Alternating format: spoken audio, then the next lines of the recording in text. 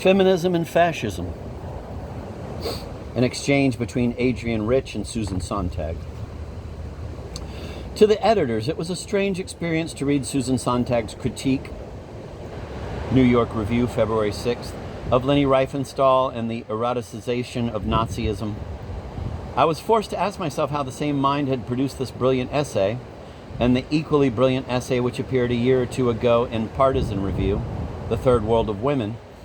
In her discussion of Riefenstahl and SS regalia, she seems often on the verge of making important sexual, political connections which, in fact, are never made. First, there is a serious inaccuracy in her essay. She ascribed some of Riefenstahl's latter-day rehabilitation to, quote, the fact that she is a woman, end of quote, and states that, quote, feminists would feel a pang at having to sacrifice the one woman who made films that everybody acknowledges to be first-rate, end of quote. In fact, feminists, and on reading The Third World of Women, one imagines Sontag not to dissociate herself from feminism, have in at least 2 cities protested the showing of Riefenstahl's films. At a women's festival in Chicago, organized by both feminists and non-feminist filmmakers and critics and financed by the Chicago Tribune, Riefenstahl had been invited to speak at a showing of Triumph of the Will. The invitation was withdrawn when members of the Chicago women's movement threatened to picket her. At the Telluride Festival in Colorado, organized not by feminists but by film culture people, Riefenstahl's film was picketed by women. It is worth nothing that it is not Riefenstahl or Agnes Varda, but Leontine Sagan and Nellie Kaplan, whose films... It's obviously a typo, so I'm going to go back. It is worth noting that it is not Riefenstahl or Agnes Varda, but Leontine Sagan and Nellie Kaplan, whose films, Mad Chin in Uniform, an anti-authoritarian and lesbian film, and A Very Curious Girl, are most frequently chosen for showings at women's festivals, benefits, and coffee houses. It is rather the film culture that has promoted Riefenstahl to the status of a cultural monument, as Sontag herself acknowledges later in her essay.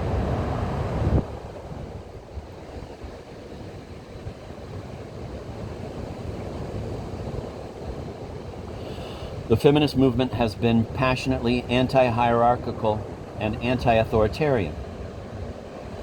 Feminists have also been justly alert to and critical of women who have made it in the patriarchy, and Nazi Germany was patriarchy in its purest, most elemental form.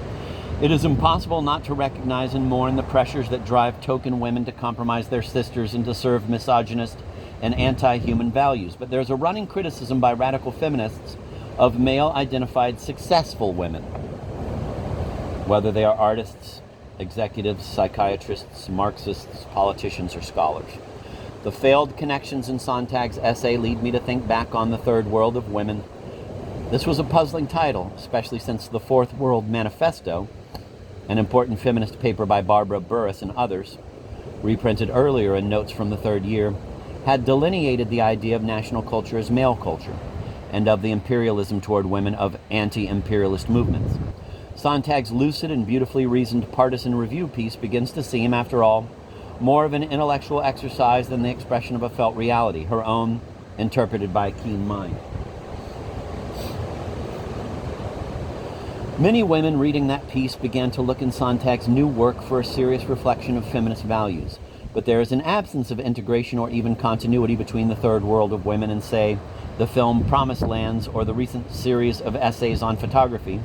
One is not looking for a line of propaganda or a correct position. One is simply eager to see this woman's mind working out of a deeper complexity, informed by emotional grounding, and this has not yet proven to be the case.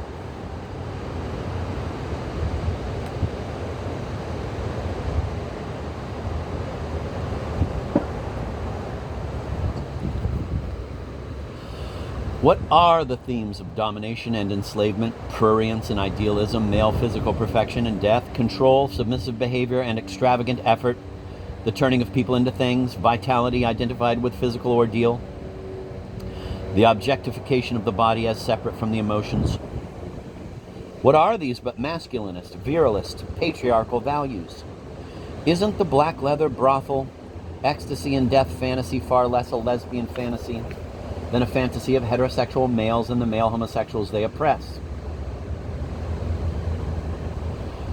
And isn't the infatuation with these themes at this time possibly one aspect of the backlash of a false and threatened virility against the feminist rejection of those values, and their increasing rejection in the pervasively changing consciousness of women who do not call themselves feminists?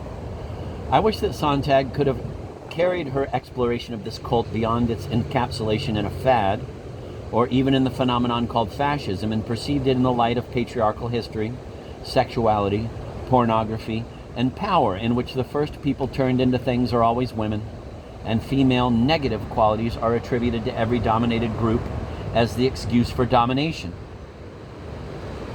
It is frustrating and suggestive of the ways women's minds as well as bodies have been colonized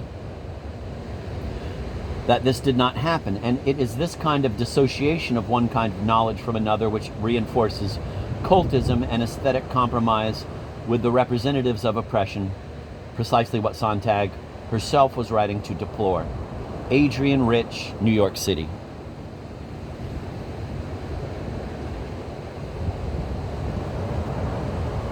Susan Sontag replies,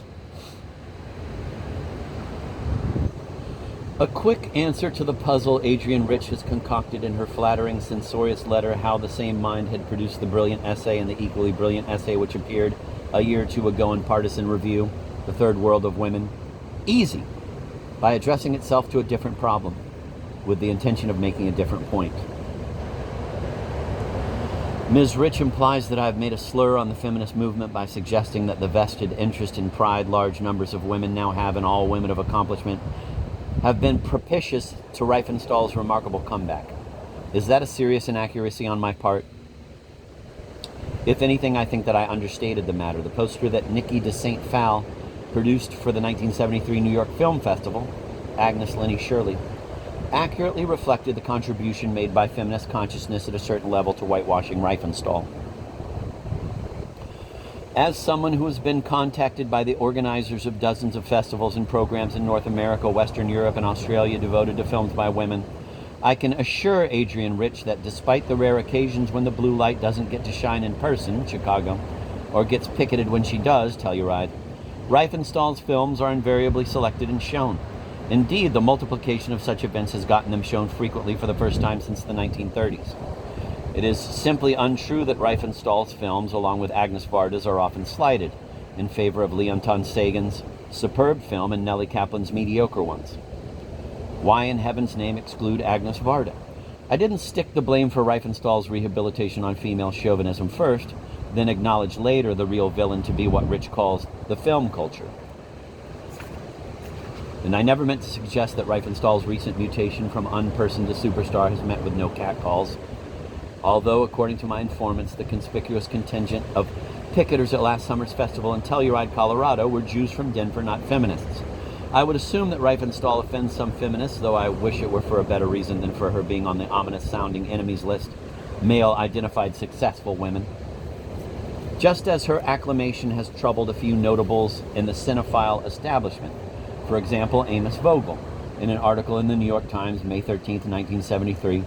The important point is that the dissenters, whether in the women's movement or in the film culture, are bucking a fait accompli brought about by trends running through our culture.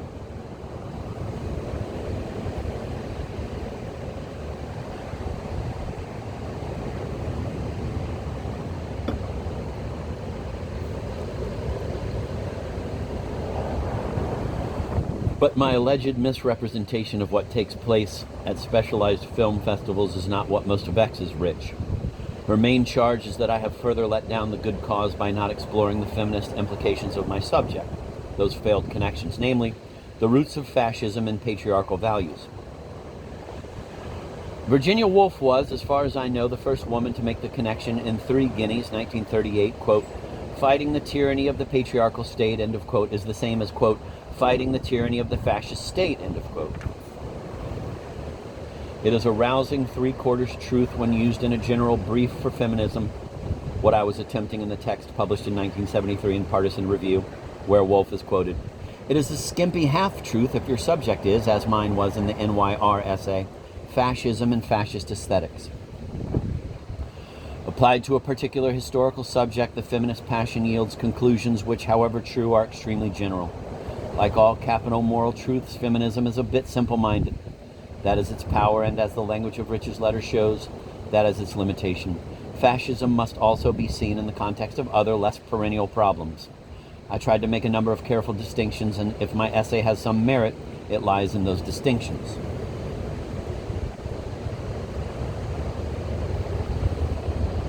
Rich wants to persuade me that I'm haggling, unwilling to take the moral plunge. What are these but masculinist, virilist, patriarchal values, she asks. The trouble with what are these but arguments is that they lead not just to a devaluation of the complexity of history, but to aspersions upon its very claim on our attention. Thus what I was discussing gets scaled down to a mere cult encapsulated in a fad. Holding the subject at arm's length with a pair of verbal tongs, Rich refers to a phenomenon called fascism as if she were in some doubt about its reality. As indeed she is, since according to her view, all that epiphenomenal trash is nothing in the light of the real stuff, patriarchal history. Suppose, indeed, that Nazi Germany was patriarchy in its purest, most elemental form. Where do we rate the Kaiser's Germany? Caesarist Rome, Confucian China, Fascist Italy, Victorian England, Ms. Gandhi's India, macho Latin America, Arab chicory from Muhammad to Gaddafi and Faisal. Most of history, alas, is patriarchy history. So distinctions will have to be made, and it is not possible to keep the feminist thread running through the explanations all the time.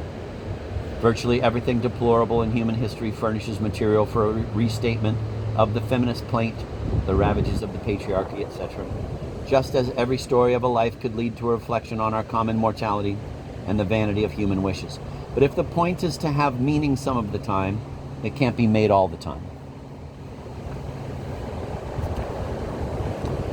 It is this demand for an unremitting rhetoric with every argument arriving triumphantly at a militant conclusion which has prevented some feminists from properly appreciating that most remarkable of recent contributions to the feminist imagination of history, Elizabeth Hardwicke's Seduction and Betrayal. A more specific reproach leveled against Hardwicke's complex book is that it implicitly defends elitist values, like talent, genius, which are incompatible with the egalitarian ethics of feminism. I hear an echo of this self-righteous view when Rich characterizes the feminist movement as passionately anti-hierarchical and anti-authoritarian. That phrase, whether as a sample of feminist values or simply as a relic of the infantile leftism of the 1960s, seems to me sheer demagogy. However opposed I am to authority based on privileges of gender and of race, I cannot imagine any form of human life or society without some forms of authority, of hierarchy. I'm not against elders having some authority over young people, not against authority that is publicly accountable, not against all meritocracy. The hope of abolishing authority as such is part of a childish, sentimental fantasy about the human condition. Much of feminist rhetoric not only tends to reduce history to psychology, but leaves one with a shallow psychology as well as a thinned-out sense of history. Vide the criticisms made by Juliet Mitchell. Rich explains that she is simply eager to see my mind working out of a deeper complexity informed by emotional grounding, but it seems to me from where I sit, that it's just because the complexity deepens and thickens that I am unable to put my shoulder to the feminist wheel in the fashion she would like me to. Despite her demur about not looking for a line of propaganda or a correct position, this is exactly what she's doing. Why else would I be chided for not bending the immense subject of the image world created by photography, the NYR essays, or a meditation on death and report on the current agony of the state of Israel, my recent film Promised Lands, to the concerns of feminism? But it is surely not treasonable to think that there are other goals than the depolarization of the two sexes.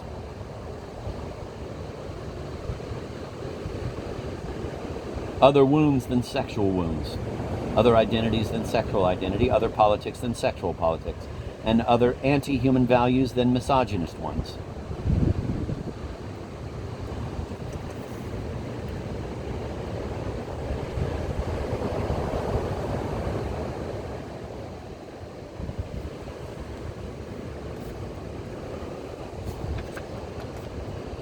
Even the feminist text that I wrote, for which Rich has such kind words at the beginning of her letter, is now revalued downward in view of my presumed failure to keep up feminist pressure at the center of my writing and filmmaking.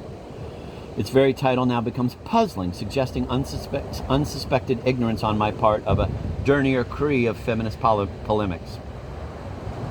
The Fourth World Manifesto, no puzzle.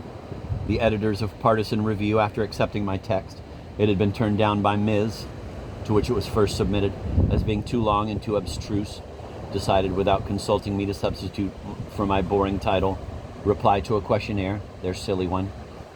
Because my subsequent writings don't dot the I's and cross the T's of the feminist case, that Partisan Review text, quote, begins to seem, after all, more of an intellectual exercise than the expression of a felt reality, her own, interpreted by a keen mind, end of quote. If Rich, hardly as ferociously as some of our sisters, is going to start baiting that heavy bear, the intellect, then I feel obliged to announce that anyone with a taste for intellectual exercise will always find in me an ardent defender. Truth has need of all kinds of exertion.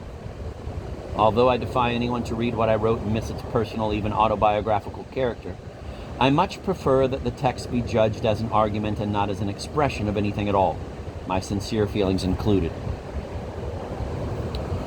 Adrienne Rich, whom I have always admired as poet and phenomenologist of anger, is a piker compared to some self-styled radical feminists, all too eager to dump the life of reason, along with the idea of authority, into the dustbin of patriarchal history.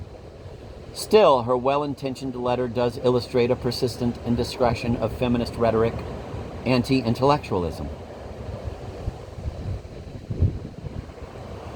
Quote, one imagines Sontag not to dissociate herself from feminism, end of quote, Rich observes. Right.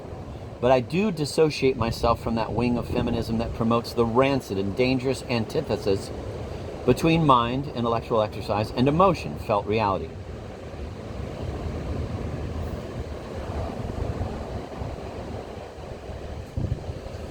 For precisely this kind of banal disparagement of the normative virtues of the intellect, its acknowledgement of the inevitable plurality of moral claims, the rights it accords, alongside passion, to tentativeness and detachment, is also one of the roots of fascism, what I was trying to expose in my argument about Riefenstahl.